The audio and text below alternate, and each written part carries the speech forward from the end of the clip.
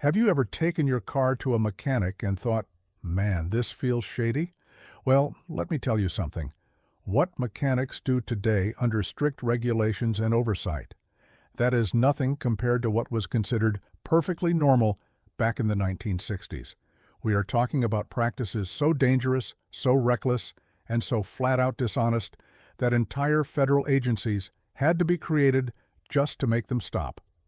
Today we are counting down 30 things mechanics did that are completely illegal now, but were just another day at the shop in the 60s.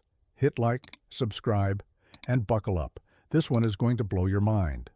Number 30, rolling back odometers by hand. Here is one that was basically an open secret. Mechanics would take a drill, hook it up to the odometer cable, and spin those numbers backward, just like that. A car with 80,000 miles suddenly had 30,000. And the thing is, it was not even really illegal. There were no federal odometer laws until 1972, and the Truth in Mileage Act did not arrive until 1986. Before that, rolling back mileage was just a clever sales trick. Dealerships did it, independent shops did it, used car lots practically built their business around it. The mechanical odometers made it laughably easy. You could watch the numbers spin backward. Customers had no way to verify anything because there were no centralized vehicle history databases, no Carfax, no electronic records. Estimates suggest hundreds of thousands of vehicles were sold every year with altered odometers. Today, odometer tampering is a federal crime that can land you in prison. But back then, just Tuesday. Number 29. Blowing out brake dust with compressed air. Picture this. A mechanic in 1963 pulls off a brake drum and grabs the air hose. He blasts the accumulated dust right out of the housing, sending a thick cloud of particles into the shop. Nobody blinks. Nobody puts on a mask. The problem? That brake dust was loaded with asbestos. Brake pads and shoes in the 60s contained anywhere from 35 to 60% chrysotile asbestos by weight.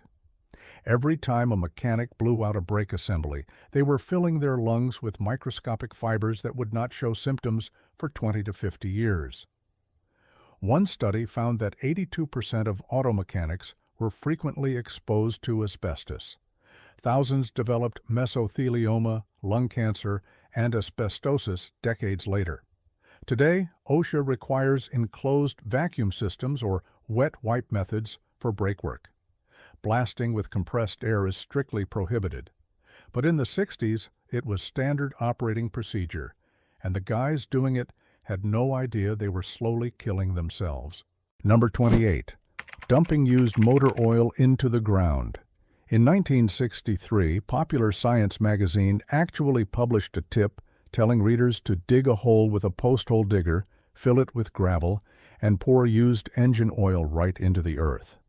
That was a perfectly acceptable disposal method. Mechanics and service stations routinely dumped oil behind their shops, into drainage ditches, or onto unpaved roads to keep dust down. The EPA did not even exist until 1970. Used motor oil contains toxic substances like benzene, lead, zinc, and cadmium that seep into soil and groundwater. 1 gallon of used oil can contaminate up to 1 million gallons of drinking water. Today, improper disposal can result in massive fines and criminal charges under the Resource Conservation and Recovery Act. But back in the 60s, pouring it into the ground was literally the recommended method. Number 27. Selling used parts as new. A mechanic would pull a worn part off one car, clean it up, maybe give it a coat of paint, and install it on another customer's vehicle as brand new. Full price charged. Absolutely no consumer protection laws required disclosure of whether parts were new, used, or rebuilt. No itemized invoices required. No labeling standards existed. The customer simply had to trust their mechanic, and many of those mechanics took full advantage. Today, most states have strict auto repair laws requiring disclosure of part condition. Charging new prices for used parts is fraud, plain and simple. But in the 1960s, It was just a way to pad the profit margin, and everybody in the industry knew it happened. Number 26. Performing unauthorized repairs. A customer brings their car in for an oil change and comes back to a bill 3 or 4 times what they expected. The mechanic decided the car also needed new spark plugs, a fuel filter, a transmission flush, and a valve adjustment. None of it authorized, none necessarily needed. But the car was on the lift, so why not? And the beautiful part for the shop was that the customer had almost no recourse. No laws required written estimates before work began. No requirement to get authorization for additional repairs. No caps on how much the final bill could exceed the original estimate. Today, most states require written estimates, customer approval, and limits on overruns. In the 60s, your car was held hostage until you paid whatever they decided to charge.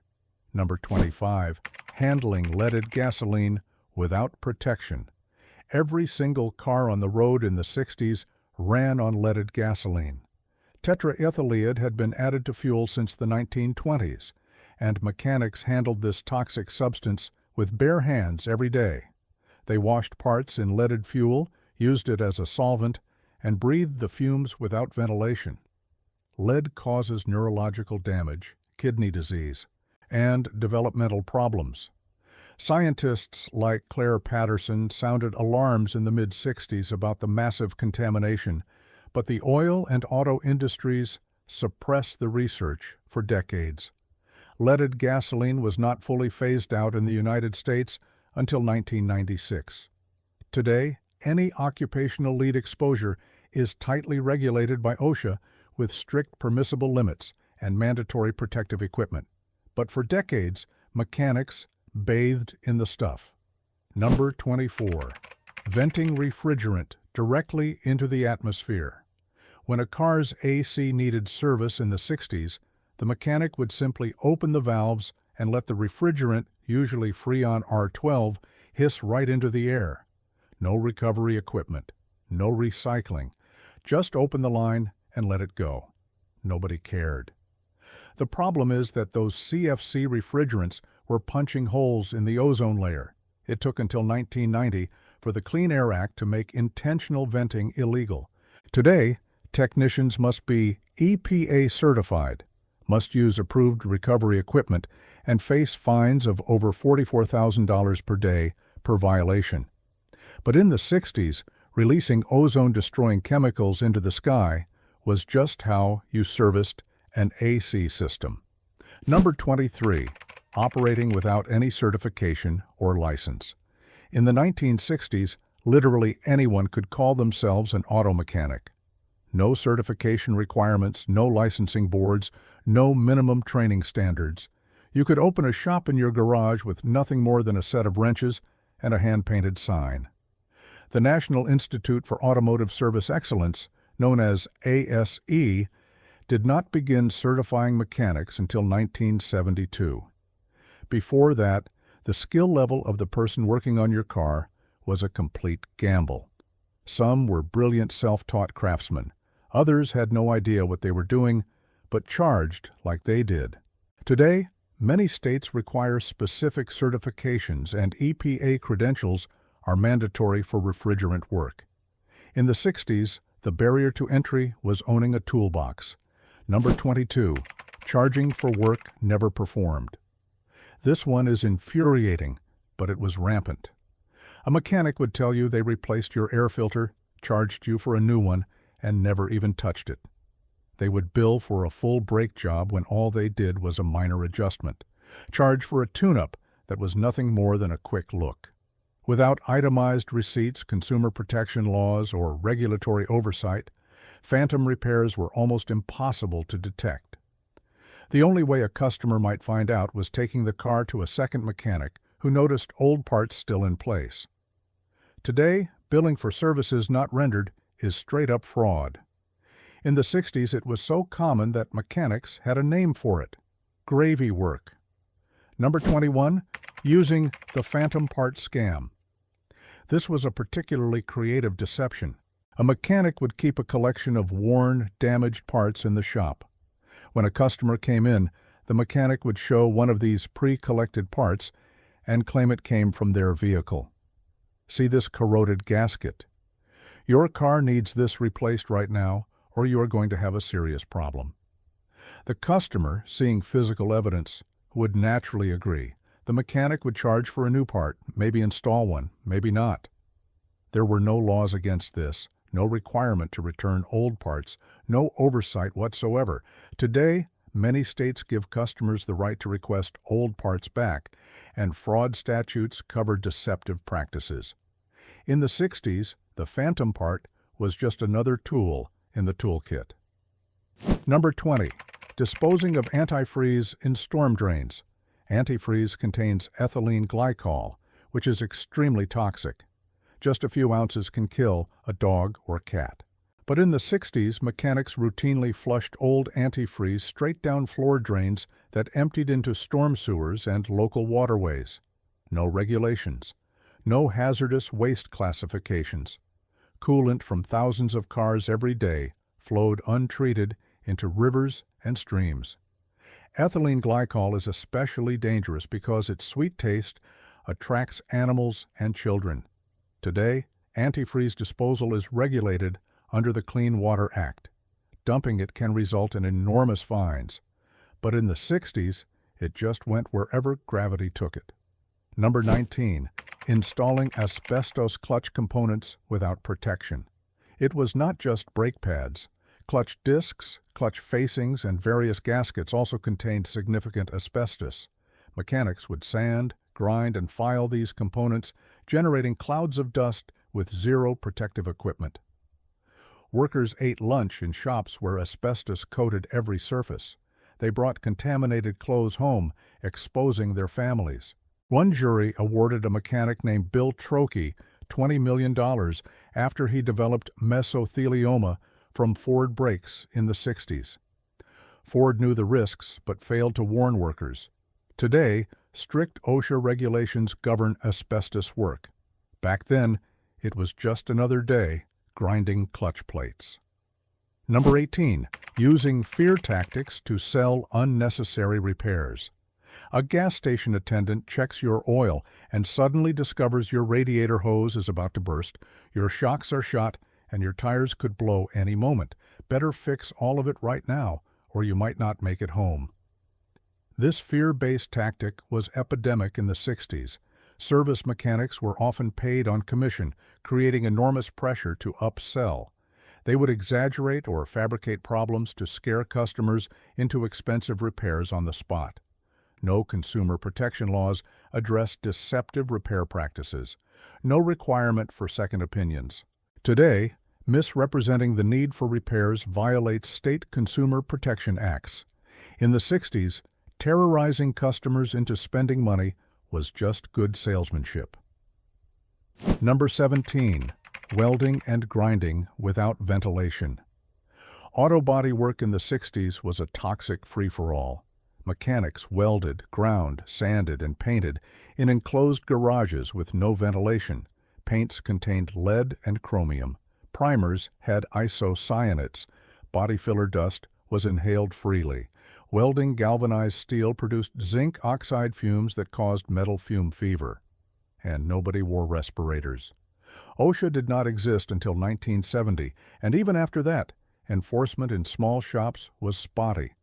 Workers developed chronic respiratory diseases and various cancers at elevated rates. Today, auto body shops must meet extensive ventilation requirements and provide respiratory protection. In the 60s, breathing toxic fumes was just part of the gig. Number 16. Swapping vehicle identification numbers. Before the standardized 17-character VIN was introduced in 1981, vehicle identification was a mess. Different manufacturers used different systems with different formats. Mechanics and dealers could relatively easily swap VIN plates between vehicles, giving a stolen car a clean identity or making a salvage wreck appear pristine. No national database existed for cross-referencing.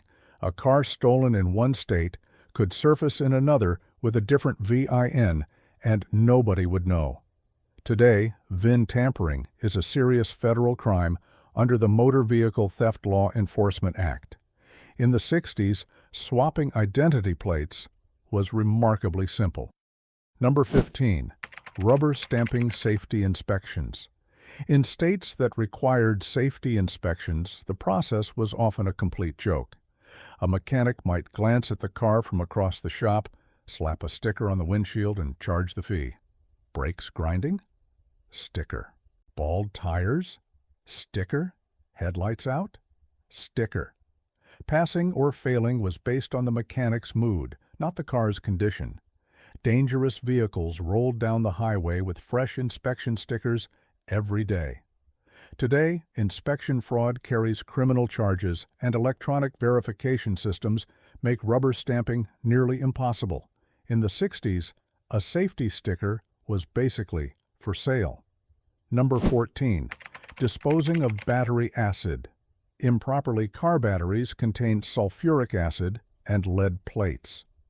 When mechanics replaced batteries in the 60s, old ones were tossed in piles out back. Acid leaked into soil. Sometimes it was poured down the drain. No regulations governed battery disposal.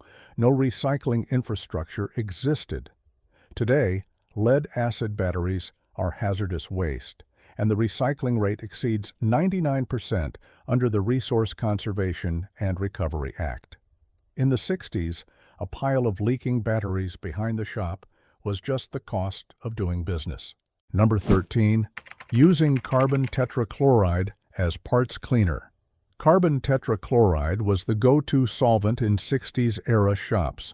Mechanics soaked parts in it, sprayed it to degrease engines, and breathed the fumes all day. It was cheap, effective, and everywhere. It was also incredibly toxic, causing severe liver damage, kidney failure, and cancer. It is also an ozone depleter.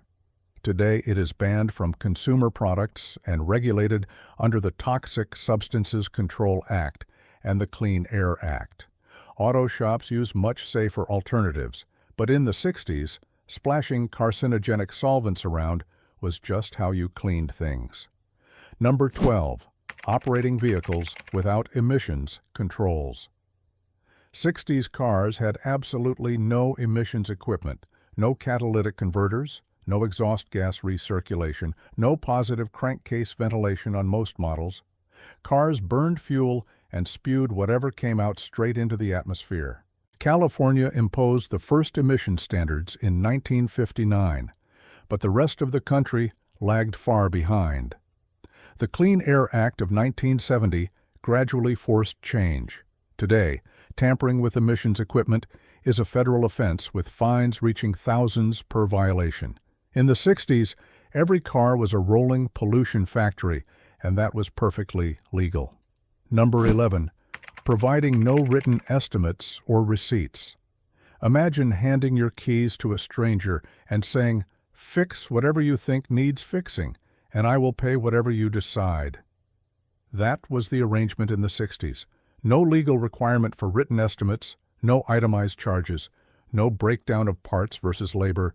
The mechanic could charge whatever they wanted, shops could inflate hours, mark up parts 300%, and add fees the customer never knew about. Today, virtually every state requires written estimates, detailed invoices, and customer authorization. In the 60s, the bill was whatever the mechanic wrote on a scrap of paper. Number 10. Sandblasting without respiratory protection. Sandblasting was common for removing rust and old paint. Mechanics would blast away with silica sand, creating enormous dust clouds in enclosed spaces. No respirators, no containment, no dust collection. Just a guy with a nozzle and a face full of silica. The result was silicosis, an incurable and potentially fatal lung disease. Symptoms include progressive shortness of breath and eventually respiratory failure. It was already a known hazard in mining, but went completely unregulated in auto shops. Today, OSHA sets strict silica limits and requires engineering controls and respiratory protection. In the 60s, sandblasting barefaced in a closed garage was standard. Number 9. Removing emission controls from customer cars. Once emissions equipment started appearing in the late 60s, many mechanics saw it as a performance-robbing nuisance. So they removed it. Catalytic converters gutted, EGR valves blocked, air injection systems disconnected. Customers often requested these modifications, and mechanics happily obliged because enforcement was virtually non-existent. The practice was so widespread, it undermined the first generation of emissions controls. Today, this violates the Clean Air Act with fines up to $5,000 per vehicle. Back then, ripping out pollution controls was practically a side business. Number 8. Storing hazardous materials without containment. Walk into a typical 60s shop and you would find open gasoline on workbenches, cans of brake fluid next to the coffee maker, drums of used solvent against the wall. No secondary containment, no fire-rated cabinets, no spill kits, no material safety data sheets because those did not exist. Combined with welding torches and lit cigarettes, shop fires were disturbingly common. Today, OSHA, EPA, and fire codes mandate specific storage requirements for every hazardous material in an auto shop. In the 60s, the idea of organizing chemicals safely was not even on the radar. Number 7. Smoking while working on fuel systems. It was completely normal for mechanics in the 60s to smoke while working on carburetors, fuel lines, and gas tanks. A cigarette dangling from the lip while hands were soaked in gasoline was not reckless. It was just a typical workday. Gasoline vapor is heavier than air and accumulates in explosive concentrations that a cigarette ember can trigger. Shop explosions and fires killed and injured mechanics regularly, but the culture treated safety precautions as unnecessary. Today, smoking is prohibited in virtually every auto repair facility, and open flames near fuel are forbidden by fire codes. In the 60s, lighting up next to an open tank was just how you took a break. Number 6. Dumping transmission and brake fluid in sewers. Like oil and antifreeze, transmission fluid and brake fluid were routinely poured down shop floor drains. These drains connected to sewers or storm drains, emptying into waterways with zero treatment. Brake fluid contains glycol ethers and heavy metals. Transmission fluid has petroleum compounds toxic to aquatic life. Everything liquid just went down the drain. No distinction between hazardous and non-hazardous waste existed. Today, all automotive fluids require specific disposal procedures and licensed waste haulers. Illegal dumping brings fines and criminal prosecution. In the 60s, the floor drain was the universal disposal system. Number 5. Using asbestos gasket material without warnings. Beyond brakes and clutches, asbestos was woven throughout the 60s automobile. Exhaust manifold gaskets, head gaskets, muffler repair compound, hood liners, undercoating. Mechanics cut, scraped, and removed these daily, releasing fibers into the air. Evidence from lawsuits showed that Ford, GM, and Chrysler knew about health risks as early as the 1930s, but concealed the information. Mechanics were never warned, never given protective equipment. Many paid with their lives decades later. Today, asbestos work requires specialized training, equipment, and disposal procedures. In the 60s, cutting an asbestos gasket on your workbench was just another repair. Number 4. Applying lead-based body filler and paint lead body solder was the standard method for filling dents before plastic filler came along. Mechanics melted lead onto car bodies, shaped it with paddles, and sanded it smooth, generating toxic dust and fumes at every stage. Lead primers and paints were also standard. Sanding old paint released decades of accumulated lead particles. Workers absorbed lead through skin, lungs, and contaminated hands. Chronic lead poisoning causes permanent neurological damage, kidney disease, and reproductive problems. Today, OSHA's lead standards require medical monitoring, exposure assessments, and protective equipment. In the 60s, working with lead was just bodywork. Number 3. Refusing to honor any repair warranty. The concept of a warranty on auto repairs was essentially non-existent in the 60s.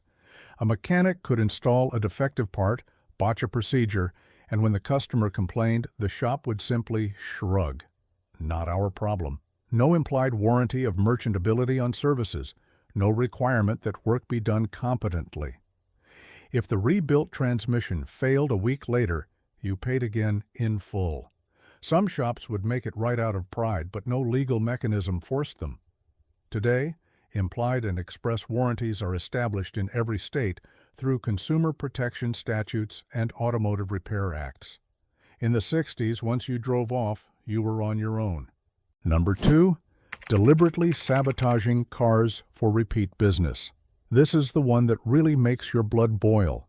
Some mechanics intentionally created problems to ensure customers would come back. A loose connection here, a partially tightened bolt there, a small nick in a belt that would fail in a few weeks. The customer would return with a new issue, never suspecting the mechanic created it during the last visit. Without diagnostic computers, without service records, and without oversight, proving intentional sabotage was virtually impossible.